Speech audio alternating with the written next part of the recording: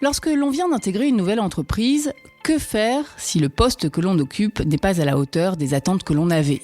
Faut-il faire preuve de patience ou au contraire, renoncer et partir ? C'est la question que se pose Mia, qui vient de rejoindre une importante organisation humanitaire de lutte contre la pauvreté. Sur le papier, sa mission semblait parfaite, intéressante et diversifiée.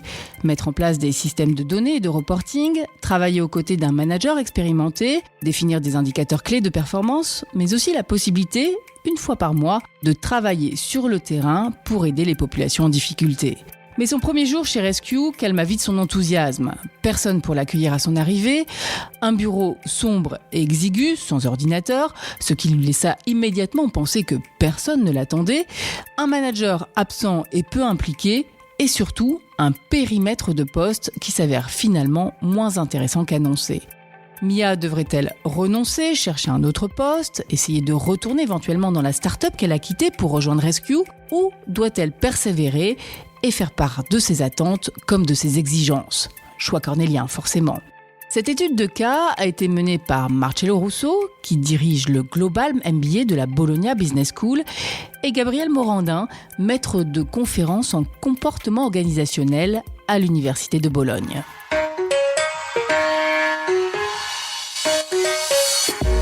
Le choix le plus pertinent. Juste que tu prennes une bonne décision. Pas prendre de risques. Si tu parles du problème à calmer, la décision on y influencera ta décision. La décision appartient. Étude de cas, Un podcast de Harvard Business Review France.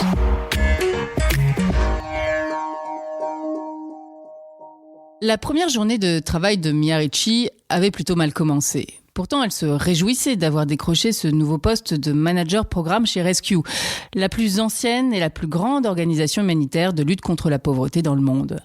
Ce matin-là, la jeune femme s'était levée de bonne heure. Elle avait promené ses chiens, pris son petit déjeuner avec son petit ami Matteo, préparé son panier repas et s'était présentée à l'accueil avant 9h. Elle s'était dit qu'en arrivant tôt, elle ferait bonne impression. Lorsque Mia pénétra dans le hall, elle croisa des collaborateurs qu'elle avait aperçus lors de sa précédente visite, mais le réceptionniste, Anthony, fut le seul à lui souhaiter la bienvenue. Elle pensait avoir eu un bon contact avec lui, mais il la dévisagea d'un air interrogateur. Je peux vous aider ? Ravie de vous revoir, je suis Mia, la nouvelle manager programme. Asseyez-vous, je vais vous donner des papiers à remplir pendant que j'essaie de mettre la main sur votre supérieur. Michael, c'est bien ça ? Il n'y avait pas 5 minutes que Mia était entrée dans le bâtiment et déjà, sa belle humeur s'était envolée. Le pire restait à venir. Anthony n'ayant pas réussi à trouver Michael, il l'escorta jusque dans une pièce mal éclairée où s'alignaient des bureaux à cloison. La seule personne déjà présente, une coordinatrice de l'équipe support nommée Jessie Carbone, se présenta rapidement, expliqua à Mia que le service informatique n'avait pas encore installé son poste de travail, lui suggéra de s'installer à un bureau vacant et reprit sa saisie. À 10h30, Michael fit enfin son apparition. Il lui remit une pile de documents à lire et lui expliqua qu'il était pris toute la journée, mais qu'il espérait trouver le temps de la voir dans l'après-midi. Elle ne le revit pas. Mia passa 5 heures à s'organiser avec la RH et le service informatique, utilisant son propre téléphone mobile et son compte email personnel. Elle déjeuna seule, entre les 3 cloisons du bureau où on l'avait installée. Quelques employés entrèrent et sortirent de la salle pendant la journée, et elle leur sourit chaleureusement, leur faisant même un signe amical de la main. Mais personne ne semblait savoir qui elle était. Un technicien finit par faire son apparition avec un ordinateur portable et un écran qu'il installa sur le bureau le plus éloigné de la fenêtre. Mia se surprit à penser avec nostalgie à l'entreprise qu'elle avait quittée pour Rescue, Azzurro, une start-up proposant aux commerçants une technologie innovante de capteurs intelligents pour optimiser la gestion de leurs déchets.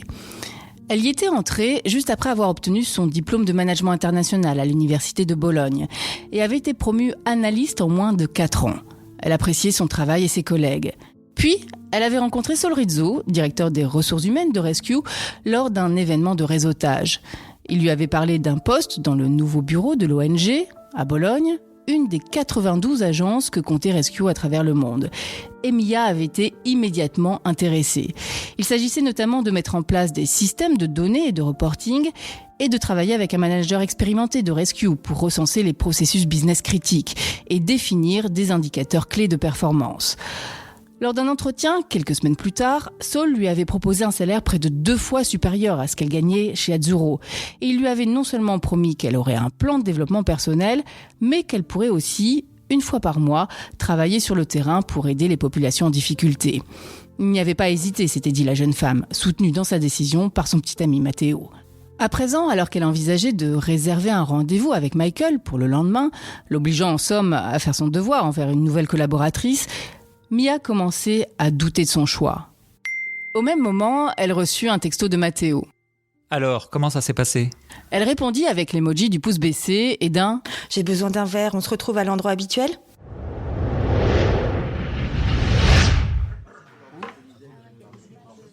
Une vraie catastrophe. Résuma Mia après avoir raconté sa journée à Matteo. Tu crois que j'ai fait une erreur ? Je veux dire, j'adorais Azuro. C'est la dimension humanitaire qui a vraiment fait pencher la balance en faveur de Rescue. Et n'oublie pas le salaire, dit Matteo en plaisantant. La jeune femme soupira. L'économie du couple reposait essentiellement sur ses épaules. Matteo était un artiste qui tirait le diable par la queue, et elle en subissait déjà la pression. Plus sérieusement, il est trop tôt pour le dire. La culture est totalement différente et Rescue est une organisation énorme. Vous étiez combien chez Azuro ? Bon, 100 et chez Rescue, plusieurs milliers. Et ils viennent de créer ce bureau. C'est peut-être une période particulièrement chaotique. C'est juste que c'est tellement bizarre de ne pas être accueilli officiellement, pas de processus d'intégration, rien, même pas de tâches précises. J'ai parlé en tout et pour tout 2 fois à Michael. Une fois au téléphone pendant l'entretien d'embauche et ce matin très brièvement. Ça aurait été normal, non, qu'il ait une conversation avec moi le premier jour ? Je suis sûr que ce n'est qu'un accident de parcours. Les choses se passeront mieux demain. Rescue est une organisation réputée et en théorie, c'est un choix pertinent. Ouais, je sais. Mia finit son verre de vin d'un trait. Elle ne pouvait se départir du sentiment que quelque chose clochait. Le lendemain après-midi, Michael reçut enfin Mia. Mia, bienvenue. Lança-t-il d'un ton brusque. Désolé de ne pas vous avoir reçu plus tôt. J'ai été retenu par des réunions stratégiques. Comme vous pouvez vous en rendre compte, la mise en place de nos systèmes est loin d'être achevée. Parlons de votre premier projet. Il lui indiqua qu'il voulait qu'elle audite les processus de 3 services essentiels aux missions de Rescue. Entrepôt, chaîne logistique et livraison. Chaque unité accueillait des collaborateurs venus d'autres agences Rescue, ainsi que de nouvelles recrues embauchées pour tester de nouvelles stratégies. La mission de Mia était de déterminer si ces stratégies étaient plus efficaces que les stratégies actuelles de Rescue. Ce n'était pas ce qu'elle avait espéré, mais elle acquiesça en souriant. Autre chose ? Demanda Michael en se retournant vers son ordinateur. Pour tout dire, au moment de mon recrutement, Saul a indiqué qu'il me serait possible de participer à des projets sur le terrain. Michael eut l'air surpris et un peu agacé. Je voudrais pas vous décevoir, Mia, mais c'est pas exactement ce que j'avais en tête pour ce poste. Nous venons de créer cette agence, tout est à faire et nous avons besoin que les personnels sédentaires restent concentrés sur leurs responsabilités. Ici, au bureau. Il secoua la tête. Je suis désolé, mais si ça doit arriver un jour, c'est pas pour tout de suite. Entendu, répondit Mia en essayant de ne rien laisser paraître de son désarroi. Au cours des 3 semaines suivantes, Mia consacra tout son temps et toute son énergie au projet d'audit, non sans se heurter à d'innombrables difficultés. Michael avait omis de la présenter à certains chefs de service, de sorte que, si certains étaient amicaux, tout disposés à lui transmettre les informations dont elle avait besoin, d'autres ne répondaient pas à ses emails ou ne lui fournissaient des données qu'avec réticence. Elle avait demandé conseil à Michael à plusieurs reprises, mais il l'avait royalement ignoré. Et son travail achevé, il lui avait fallu batailler 5 jours pour obtenir 30 minutes de rendez-vous avec lui afin de lui présenter ses conclusions. Il avait fait des commentaires flatteurs avant de lui demander d'étudier de nouveaux indicateurs.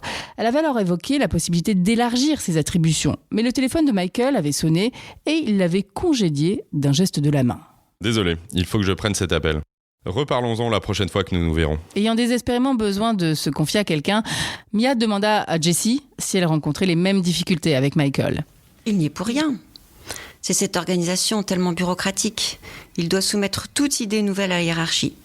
Nous sommes en sous-effectif chronique parce qu'il n'arrête pas d'ouvrir de nouveaux bureaux. Et comme il déplace constamment les collaborateurs, personne ne maîtrise rien, tout le monde est en mode apprentissage permanent et essaie tant bien que mal de suivre le rythme dans un nouvel environnement. Ce qui ne veut pas dire que nous ne faisons pas un travail formidable sur le terrain. Nous aidons réellement les gens, mais à l'intérieur, c'est le bagne. Tu participes parfois à des projets de terrain ? Oh non, nous sommes le back-office. Nous sommes là pour aider les spécialistes de terrain à bien faire leur travail. Le cœur de Mia se serra. N'y tenant plus, elle envoya un email à Saul, lui indiquant qu'elle aimerait lui parler. À son grand étonnement, il lui répondit dans l'heure. Il disposait d'un créneau de 30 minutes à 17h. Mia était résolue à ne rien cacher de sa déception. Elle souligna que sa première mission avait été inutilement difficile, insistant sur le peu de contact qu'elle avait avec Michael, alors que, lui semblait-il, sa définition de poste prévoyait qu'ils travaillent ensemble sur les indicateurs de performance. Et il n'a pas l'air très ouvert à l'idée que je participe à la moindre mission sur le terrain, alors que cet aspect avait été déterminant dans ma décision.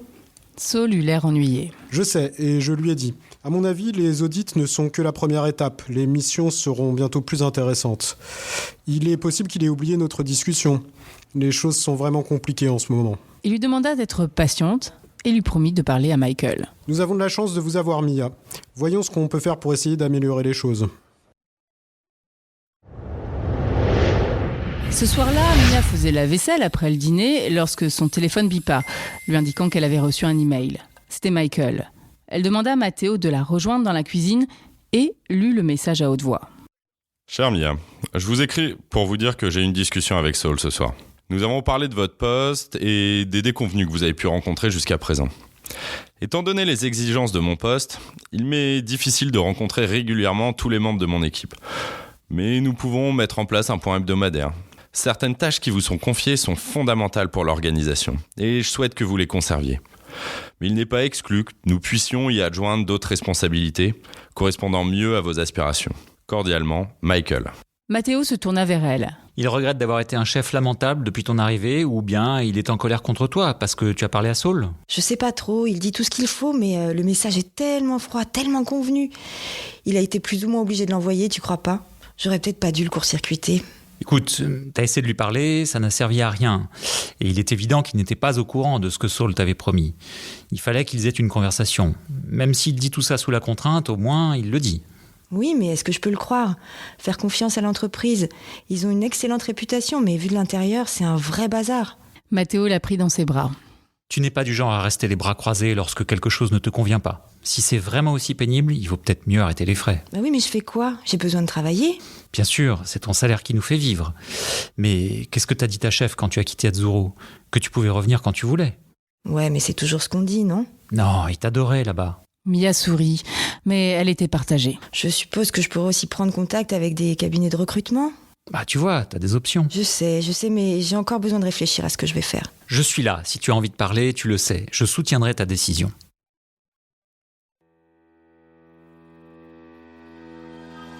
Mia doit-elle persévérer ou chercher un nouvel emploi ?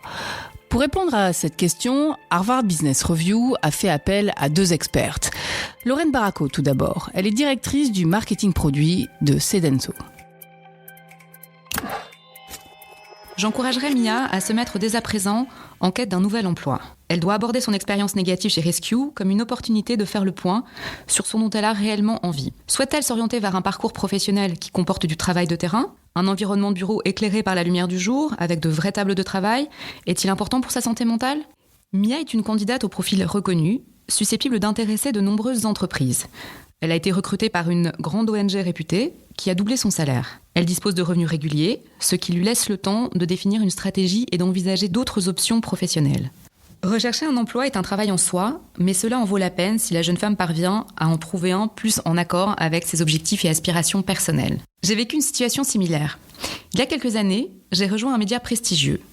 Comme Rescue, c'était une très grande entreprise, très bureaucratique, avec des procédures de validation à n'en plus finir. Ce manque d'agilité avait des conséquences particulièrement négatives pour le développement des collaborateurs. En conséquence de quoi, mon manager et moi n'avions pas les mêmes attentes concernant mon poste. C'est exactement ce que vit Mia. Dans une bureaucratie, si votre supérieur ne vous appuie pas, la situation peut rester bloquée des mois, voire des années. Et l'email glacial de Michael laisse entendre qu'il en veut à Mia de la voir court-circuiter, ce qui ne présage rien de bon pour l'évolution des responsabilités de la jeune femme. Quand bien même la réaction de Michael serait fondée, leur relation restera vraisemblablement très éprouvante pour Mia sur le plan émotionnel. En revanche, Mia a le pouvoir de changer sa situation. En réfléchissant à ce qu'elle attend de son travail, au domaine qui l'intéresse, en se projetant dans les 5 à 10 ans à venir, elle peut mettre à jour son CV et justifier son bref passage chez Rescue. Je lui recommanderais l'honnêteté. J'ai été embauchée, mais il est apparu que les tâches qui m'étaient confiées ne correspondaient pas à la description de poste que l'on m'avait faite. Elle n'a pas besoin d'entrer dans les détails. J'ai quitté le groupe de médias il y a des années et j'ai trouvé un poste dans une entreprise beaucoup plus petite dont la culture me correspondait beaucoup mieux. On m'a également offert davantage d'opportunités de leadership, ce qui a ouvert la voie à mes responsabilités actuelles. J'ai appris par la suite que les problèmes structurels dans le groupe de médias avaient fini par pénaliser l'entreprise, incapable de s'adapter aux évolutions technologiques. Si Mia reste chez Rescue, elle risque de s'étioler et de freiner son épanouissement professionnel et personnel. Elle doit prendre son avenir en main et faire passer son bonheur en premier. Notre deuxième experte est Danielle Pindak. Elle est directrice de l'administration des dons individuels et de l'information des donateurs chez 90 Second Street Y. Mia n'a passé qu'un mois dans l'entreprise. Il est trop tôt pour prendre une décision. Un changement s'accompagne toujours de défis. Je l'encouragerai à réfléchir à nouveau à ce qui l'a incité à accepter ce poste. Pour commencer, Rescue est davantage en adéquation avec son intérêt pour le travail humanitaire. Et si l'on comprend aisément qu'elle soit impatiente d'apporter son aide aux plus démunis, elle ne va pas tarder à comprendre le rôle clé des équipes support, indispensables au travail des acteurs de terrain. Les organisations à but non lucratif sont aujourd'hui extrêmement dépendantes de données et d'analyses de qualité pour rester compétitives dans leur domaine et fournir à leurs partenaires des rapports d'activité solides et étayés. Ensuite, ce poste est plus exigeant que celui qu'elle occupait auparavant. Mia a de nouvelles responsabilités, ce qui s'accompagne naturellement d'une période d'inconfort. Mais c'est normal. Au bout du compte, ce poste lui apportera beaucoup plus que celui qu'elle occupait chez Azzurro. Elle s'en ira avec un jeu de compétences plus étendu dans un domaine qui la passionne. Sans rejeter la responsabilité sur quelqu'un en particulier, il semble que le processus de recrutement ait été entaché de certaines défaillances, d'où le décalage entre les attentes de Mia et celles de Michael. Il ne s'agit selon moi ni d'un problème de leadership, ni d'un problème de structure organisationnelle, ce qui serait beaucoup plus préoccupant. Tel qu'on nous le présente, le poste de Mia, mettre en place des systèmes de données et identifier des indicateurs clés de performance, est un poste support par excellence. Si nous pouvions revenir en arrière, j'inciterais vivement Mia à être plus vigilante et à clarifier ses responsabilités quotidiennes. Par exemple, définir des IPC implique-t-il que gérer sur le terrain ? Ou ce travail se fera-t-il au bureau ? Pour l'heure, ce que peut faire Mia, c'est réexaminer cette description de poste pour déterminer si elle correspond aux tâches qui lui ont été assignées jusque-là. Il arrive que les chargés de recrutement promettent d'élargir les responsabilités d'un poste lorsqu'ils essaient de séduire un candidat. Dans la mesure où Saul a effectivement promis à Mia qu'elle interviendrait sur le terrain, il est de la responsabilité de Michael d'honorer cette promesse. Les modalités de participation de Mia à des actions de terrain demandent à être clarifiées. Le fait que Michael affronte la question, ne serait-ce que par mail, est un signe positif. Même si c'est à contre-cœur, il tend la main à Mia, leur offrant la possibilité de repartir sur de meilleures bases. Si Mia choisit de ne pas renoncer tout de suite, de tenir le coup encore 6 mois au moins, elle devra agir pour faire évoluer sa situation. Il est de la responsabilité de Michael de trouver du temps pour faire des points hebdomadaires avec elle, mais il est de la responsabilité de Mia de fixer l'agenda de ces réunions. Elle doit au préalable définir les points qu'elle souhaite aborder, qu'il s'agisse de questions concernant les projets à venir ou des défis auxquels elle est éventuellement confrontée. Elle ne doit pas attendre que Michael lui propose de l'aide, elle doit le solliciter. Même si nous ne traversions pas une récession économique, je conseillerais à Mia de rester chez Rescue pour l'instant. Si elle est toujours malheureuse dans son poste dans 6 mois, il sera alors peut-être temps pour elle de réfléchir à d'autres possibilités. Mais elle s'en ira avec un CV plus riche et un meilleur jeu de compétences, élargissant ses options. Retrouvez un nouveau podcast, Études de cas, le mois prochain sur hbrfrance.fr.